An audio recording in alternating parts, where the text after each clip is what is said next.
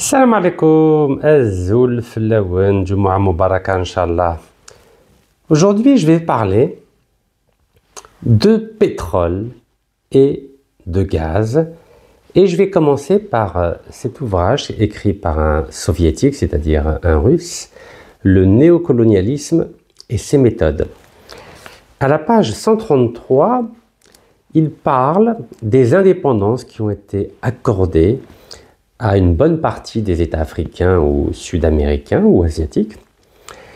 Donc le chapitre, c'est « Accord d'une indépendance purement formelle aux anciennes colonies ».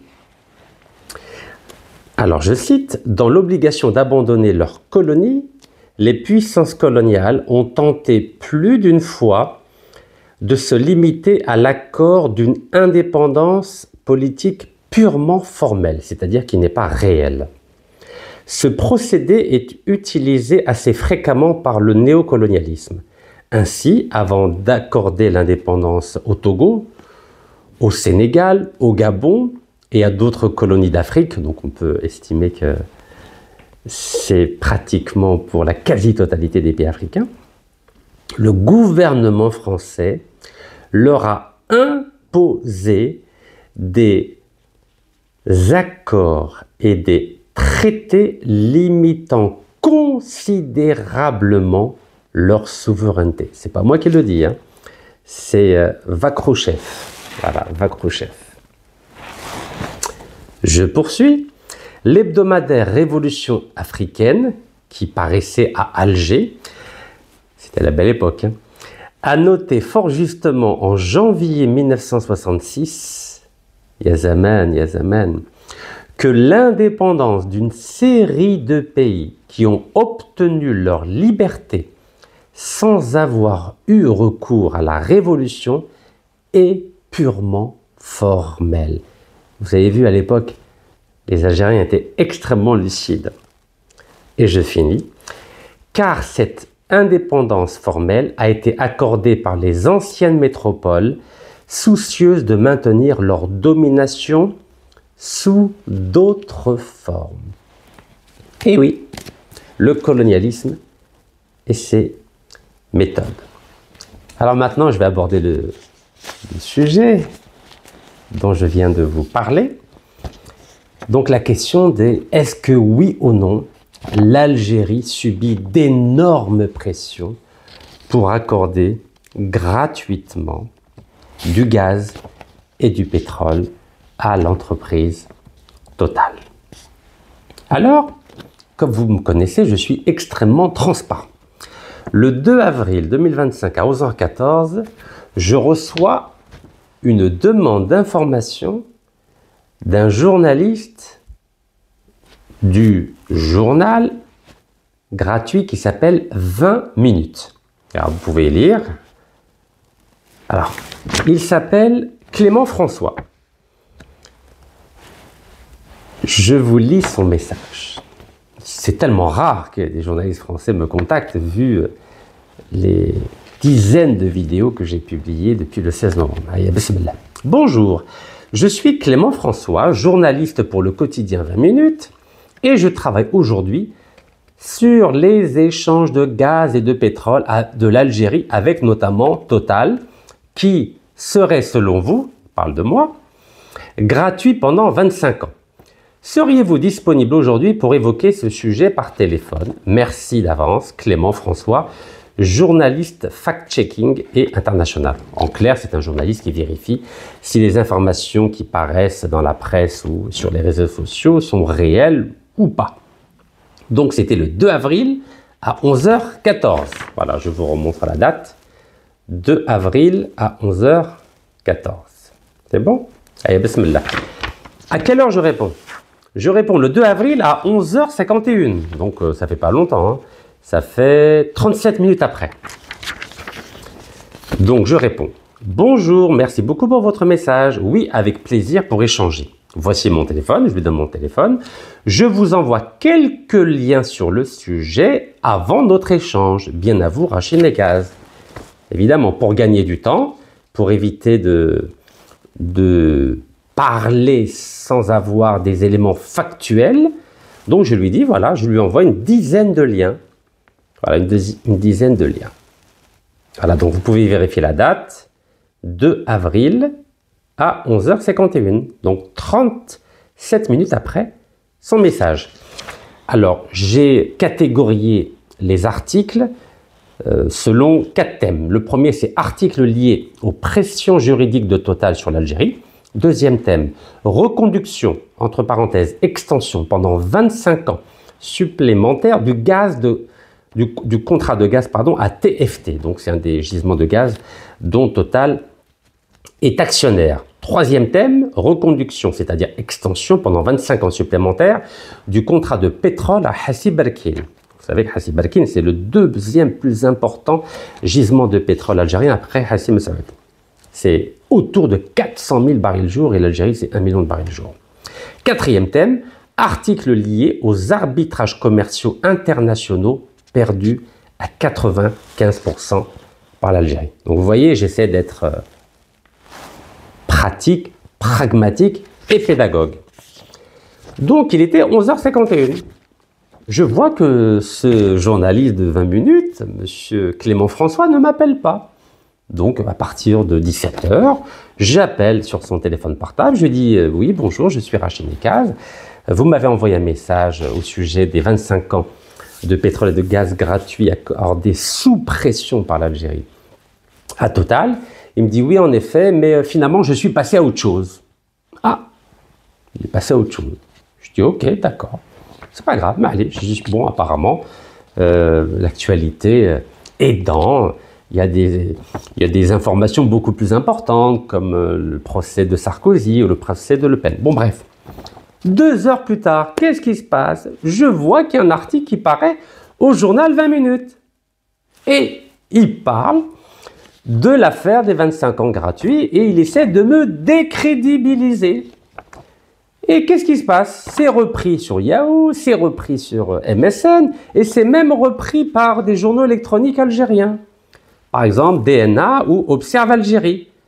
Donc, il copier-coller. Hein. Et le titre, l'Algérie fournit gratuitement des hydrocarbures à la France. Qu'en est-il vraiment? Donc, je dis ok, d'accord. Et donc, c'est copier-coller. Et donc, ils font une introduction. Ils disent récemment, l'homme d'affaires algérien Rachid Nekaz a affirmé sur Sud Radio que la société française Total bénéficierait de 25 années de pétrole et de gaz gratuits en Algérie grâce à des pressions exercées sur l'État. Je l'assume et je vais vous le prouver. Une déclaration qui a relancé le débat sur les conditions d'exploitation des ressources naturelles algériennes par des entreprises étrangères. Mais qu'en est-il vraiment? Voilà, je n'invente rien, vous pouvez le voir sur Internet. Et là, ils font intervenir un expert, pas algérien, non, un expert français. Donc vous imaginez, le journal, le quotidien français, 20 minutes, fait intervenir un expert français pour contredire un Algérien. Extraordinaire, bah, évidemment. Donc un expert français ne va pas dire que oui, en effet, nous faisons pression sur l'Algérie pour qu'elle nous accorde du gaz et du pétrole gratuit sur certains gisements. Donc, alors, qui est cet expert français? Je vais vous dire son nom. Il s'appelle Francis Perrin. Écoutez bien ce qu'il dit. Hein. Il dit que les avantages accordés aux multinationales ne sont pas spécifiques à l'Algérie. Donc, il commence à reconnaître qu'il y a des avantages. Et il rajoute, il y a une concurrence mondiale pour attirer les compagnies pétrolières, donc on offre un cadre attractif, explique Francis Perrin. Les investissements dans les hydrocarbures sont coûteux et risqués. Certaines explorations n'aboutissent pas et les gisements découverts ne sont pas toujours exploitables. Donc là, il parle des nouveaux gisements. Mais moi, je n'ai jamais parlé de nouveaux gisements. J'ai bien parlé de reconduction de gisements existants. Ce n'est pas du tout la même chose. Je poursuis. Et en gros et en gras, non, l'Algérie n'offre pas gratuitement son gaz et son pétrole à la France. Donc en clair, discrédit total de ma déclaration. Et comment il argumente? Il dit ainsi les entreprises comme Total, Eni, l'italien ou occidental américain ne perçoivent pas de pétrole gratuit, mais récupèrent une partie des profits générés en contrepartie de leurs investissements initiaux. Donc en clair, ces entreprises investissent de l'argent pour explorer et exploiter du pétrole et ces investissements-là doivent être récupérés sous forme de pourcentage. Ça, évidemment, c'est valable pour des nouveaux gisements, mais pas pour des gisements qui ont déjà été explorés, exploités. Et l'Algérie a donné un pourcentage très important. Donc, normalement, au bout de 20 ans ou de 25 ans d'exploitation, c'est fini. Le gisement doit appartenir à 100% à l'Algérie et pas à 51%. Donc, évidemment, il n'en parle pas. Et donc, qu'est-ce que dit cet expert français? Aucune compagnie n'irait investir de grandes sommes sans rien avoir en retour. Évidemment, c'est logique. Quand on investit dans un nouveau gisement, évidemment, une entreprise ne fait pas du bénévolat, donc évidemment, elle doit récupérer quelque chose en retour. Je n'ai jamais dit le contraire. Je poursuis. La question des hydrocarbures reste néanmoins sensible en Algérie, où certains dénoncent une braderie des ressources naturelles. C'est le moins qu'on puisse dire, et je vais vous citer un certain nombre d'exemples. En 2019, la réforme avait d'ailleurs provoqué des manifestations dans un contexte politique déjà tendu au moment du Hirak. Et vous vous en souvenez, j'avais dit aux députés algériens, surtout ne votez pas cette nouvelle loi sur les hydrocarbures, sinon ils risquaient d'avoir des problèmes. Mais j'avais demandé quand même qu'ils manifestent, que les militants manifestent de façon pacifique, légale, civilisée, démocratique. Je continue. Il dit, en résumé, non, l'Algérie ne fournit pas gratuitement ses hydrocarbures à la France. Les contrats en vigueur reposent sur un partage des coûts, des risques et des bénéfices entre Sonatrach et ses partenaires étrangers. Oui, pour les nouveaux gisements. Mais quand on a exploité un gisement pendant 20 à 25 ans et que les infrastructures sont là et que le gisement produit de façon normale du gaz et du pétrole avec un entretien peu coûteux, il y a zéro risque.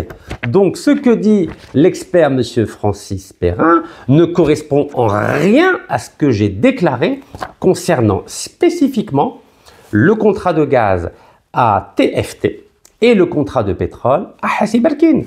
Ce sont des reconductions de contrats dans des gisements où toutes les installations sont déjà là, où les investissements ont déjà été amortis par tous les partenaires. Donc, ces déclarations n'ont rien à voir avec mes propres déclarations. Mais évidemment, le journaliste de 20 minutes n'a pas dit à cet expert, M. Francis Perrin, que Rachid Nekas parlait des reconductions de contrats. Regardez, je parle bien de reconduction de contrats. Reconduction de contrats de pétrole et reconduction pendant 25 ans des contrats de gaz. Ben oui, ça ne l'intéresse pas. Alors, est-ce que l'Algérie, sous la pression d'entreprises étrangères, a été obligée de brader nos ressources naturelles du sous-sol algérien qui appartiennent au peuple algérien? Eh bien, bismillah, allons-y. Donc, je vais vous citer différents articles, à la fois algériens, donc la presse algérienne et presse étrangère. Alors, commençons. 11 mars 2012, journal du site électronique Algérie 360, l'arnaque Sonatrach Anadarko, comment les Algériens se font plumer. Donc, je mets en rouge la date. En gros, comment l'Algérie se fait avoir. Bismillah. Vous connaissez le grand spécialiste du pétrole et ancien ministre de l'énergie et PDG de la Sonatrach, Chakib Khalil. Vous savez que ce brillant fonctionnaire de la Banque mondiale, grâce à lui, nous avons été obligés de payer une très lourde amende de 4,4 milliards de dollars à l'entreprise Anadarko, qui était une toute petite entreprise, toute petite comme ça là, toute petite. Pourquoi? Parce que le PDG de cette entreprise était le copain de Chakib Khalil. Donc c'est le fameux projet à Hassi Barkine. Donc c'est le deuxième plus grand gisement de pétrole algérien qui représente 40% de la production journalière de l'Algérie. Donc 400 000 barils sur 1 million de barils jour. Et pourquoi on est obligé de payer une amende de 4,4 milliards en plus de 2 autres milliards de dollars de pétrole gratuit, mais littéralement gratuit. C'est pas moi qui le dis, hein. C'est l'accord qui a été signé. Parce que Shakib Khalil a fait exprès, dans le contrat qu'il est la Sonatrach avec cette entreprise du Texas Anadarko, de ne pas mettre une petite ligne sur les taxes exceptionnelles, sur les profits. Il a oublié, il a mis cette ligne dans le contrat, mais après coup. Bah, évidemment, comme dirait dans cet article, cet oubli de Shakib Khalil, qui avait oublié de rajouter cette taxe sur les super profits, sur les profits exceptionnels, dans un contrat signé avec l'American Anadarko, nous a coûté 4,4 milliards de dollars de pétrole qu'il fallait donner à Anadarko les 12 prochains mois de l'année 2012. Et ce petit oubli va coûter aux Algériens très cher. Je n'invente rien, c'est pas moi qui l'écris. C'est un expert donc algérien, donc dans le journal électronique algérien, Algérie 360. Mais c'est dans toute la presse mondiale, hein. Je n'invente rien. Donc on a dû payer cette amende à la fois à Anadarko et au groupe danois Maersk, qui a été racheté plus tard en 2018 par le fameux Total. Alors, outre les 4,4 milliards de dollars de pétrole, les Américains Anadarko et les Danois Maersk obtiennent également, selon cet accord, un volume plus élevé de pétrole estimé à 2,6 milliards de dollars. Vous imaginez? Regardez, 2,6 milliards de dollars. Eh oui, c'est pas facile la vie, hein. Pour la durée du contrat. Et pire pour les Algériens, l'accord prévoit aussi, écoutez-moi bien, de proroger, c'est-à-dire de rajouter un délai supplémentaire, à 25 ans la durée d'exploitation de chaque gisement. Les compagnies exerçant par anticipation les options contractuelles prévues à cet effet. Et oui, donc non seulement on a payé une amende de 4,4 milliards de dollars, plus 2,6 milliards de dollars de pétrole supplémentaire gratuit, et en plus de ça, on a rajouté la durée d'exploitation de Hassi Barkine, ce fameux deuxième plus grand gisement de pétrole algérien, de 25 ans. C'est beau, non? Ah oui, c'est magnifique. Et il continue, donc l'analyse. Si les Américains peuvent dire merci à Shakib Khalil, les Algériens sont en droit de lui demander des comptes. Par ses décisions, Shakib Khalil a privé le peuple algérien de ses ressources en faisant cadeau à la première puissance économique du monde. C'est pas Rachid qui dit ça, c'est des experts pétroliers algériens. Et oui. Alors, et après il rajoute pour finir, s'il n'y a personne pour faire cesser cette impunité, il n'y a aucune raison que cela s'arrête. Et en effet, ça ne s'est pas arrêté. Voilà, donc ça c'est l'arnaque Anadarko Sonatrach, comment les Algériens se font plumer. Eh bien, bismillah, allons-y. Jeune Afrique, 3 décembre 2012. C'est une interview de l'ancien ministre de l'Industrie et de l'Énergie. Vous le connaissez, je suppose, Belrhid Abdeslam, le fameux champion des industries industrialisantes, donc 3 décembre 2012. Et que dit-il, le premier patron de la Sonatrach, parce que c'est lui, c'était un des grands amis de Sidi Ahmed Rosali. Wesh yaqul. Alors, que dit-il? Il dit qu'en 1969, le 9 octobre 69, la Sonatrach avait signé un accord très important avec l'américain El Paso.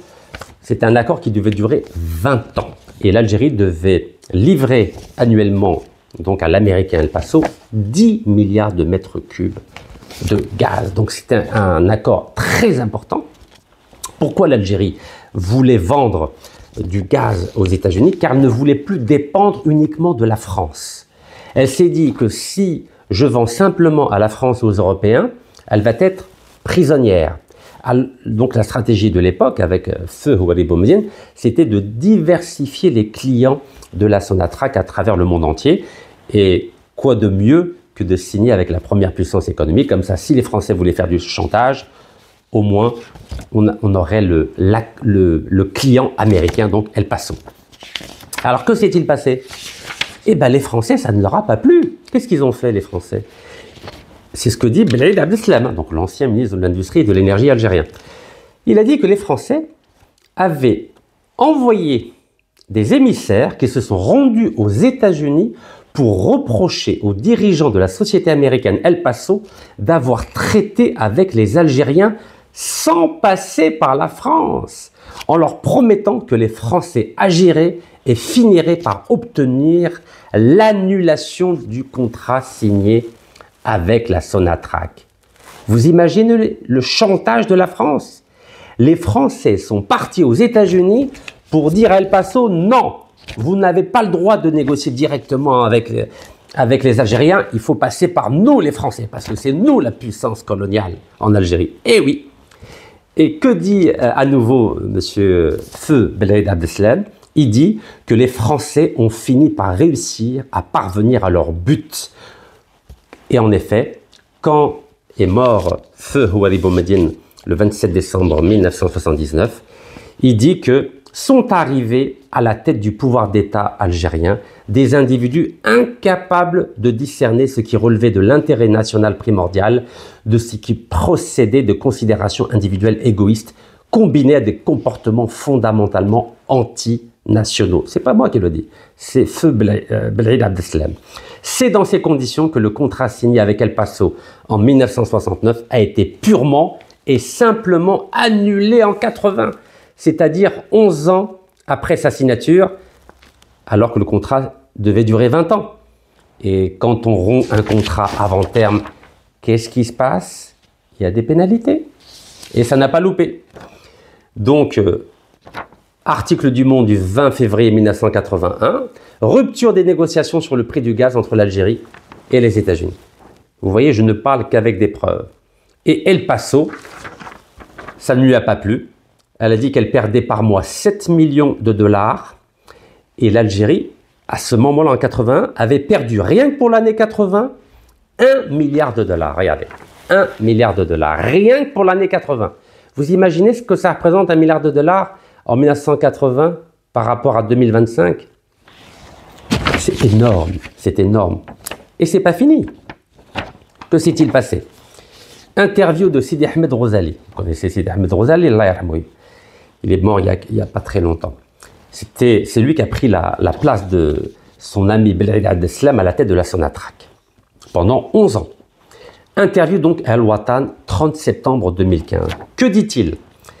Il dit le fait d'avoir annulé ce contrat avec l'entreprise américaine El Paso a coûté à l'Algérie, écoutez-moi bien, 50 milliards de dollars. 50 milliards de dollars. Regardez, c'est Sidi Ahmed Rosali qui le dit. 50 milliards de dollars. Je continue. Donc ça, c'est le contrat El Paso. Donc annulé en 1980. Allez, on passe en 2018. Vous connaissez Outrado, j'ai manifesté devant ces biens mal acquis à Neuilly-sur-Seine et je l'ai même vu au tribunal à Alger. Vous savez, moi, je n'attaque jamais quelqu'un qui est en prison. Il a été condamné à 10 ans de prison et aujourd'hui, il est en Algérie après un mandat d'arrêt international où il avait été arrêté aux Émirats Arabes Unis. Regardez ce qu'il a dit en 2018. Sonatrach perd 8 milliards de dollars par an. C'est Outrado qui disait ça, l'ancien PDG de la Sonatrach. L'Algérie perd 8 milliards de dollars par an. C'est la Sonatrach. Et qu'est-ce qu'il dit en plus? Non mais l'Adjeb al-Asari fait le bled, l'Adjeb. Ça, c'est tout ça, c'était pendant l'ère Bouteflika. Vous savez que j'ai fait un livre sur la dictature Bouteflika sous la protection française. The Bouteflika dictatorship under French protection. Qu'est-ce qu'il dit notre ami Outradour? Galek en 3 ans, c'est-à-dire à partir de 2017. Il dit que la Sonatrach a perdu 10 000 salariés. 10 000 salariés. La Sonatrach, pardon, elle a perdu 10 000 salariés. Une partie sont partis à la retraite, mais la grosse partie est partie travailler en Arabie Saoudite, au Qatar, au Koweït, à Oman, etc., etc. Parce que, dit-il, ils ne sont pas assez payés. Et il dit qu'il n'a aucune solution à ce phénomène. Ce n'est pas moi qui le dis, c'est au Trador. Il n'a aucune solution à ce phénomène. Allez, on continue. Vous connaissez l'accord d'association qui a été signé entre l'Algérie et l'Union européenne au temps de Bouteflika en 2005. Vous savez combien ça nous coûte par an, cet accord en perte nette? 2 milliards de dollars par an. C'est pas moi qui le dis, c'est tous les experts. Et regardez, dans le même journal, site électronique Observe Algérie, qui a recopié bêtement l'interview de 20 minutes. Le même journal électronique, qu'est-ce qu'il dit? L'Algérie, ça c'était en 2020, a perdu 30 milliards de dollars à cause de l'accord d'association avec l'Union européenne.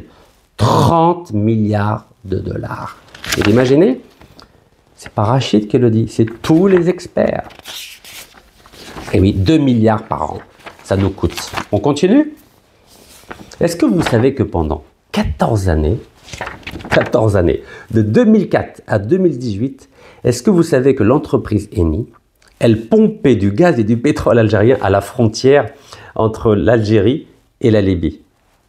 Pendant 14 années. À partir de 2004, des ingénieurs de la Sonatrach ont dit « Attention, attention, il y a du gaz algérien et du pétrole qui est pompé par Eni parce qu'à la frontière entre l'Algérie et la Libye, il y a 2 gisements différents. Donc un côté algérien, un côté libyen. Et que faisait Eni? Donc vous savez que le gaz est très, on va dire très bas en profondeur. Donc tout ce qui se passe en bas, personne ne peut le vérifier. Et qu'est-ce qui s'est passé? Eni prenait du gaz du territoire algérien et l'avait gratuitement. 14 années. C'est pas moi qui le dis, c'est tous les experts. Donc là, c'est un article du 15 janvier 2018. Algérie-Libye, gisement frontalier, la fin d'un casus belli. En effet, en 2018, ils se sont mis d'accord, mais l'Algérie n'a pas porté plainte. L'Algérie n'a pas porté plainte ni contre la Libye, ni contre Eni, l'Italien. Wallo. Parce que c'était l'époque de Habibna Bouteflika, Rabbi Rahmou. Et oui, parce que sous Bouteflika, on bradait tout, Et donc alors, le gisement, donc côté algérien et libyen, il y en a un qui s'appelle Al-Ar et l'autre s'appelle Wafa. Et donc voilà, ces 2 gisements, évidemment, il n'y a pas de frontière sous terre. Pas de frontière. Oui, le gaz et le pétrole n'ont pas de frontière. Et donc l'Algérie a perdu 1 milliard de dollars. 1 milliard de dollars. Et que dit l'article donc du journal L'Express des aides, donc l'Express.dz? Il dit que malgré 14 années de pertes sèches pour l'Algérie, la Sonatrach n'a pas engagé une action d'arbitrage international pour régler ce problème. Mais oui, on est tellement gentils, nous. On perd des milliards de dollars et tout va bien. Voilà.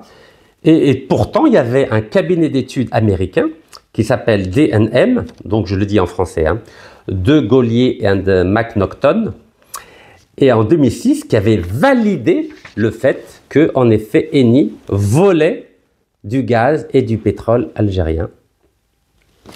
C'est pas magnifique, ça? Allez, on remet une petite couche.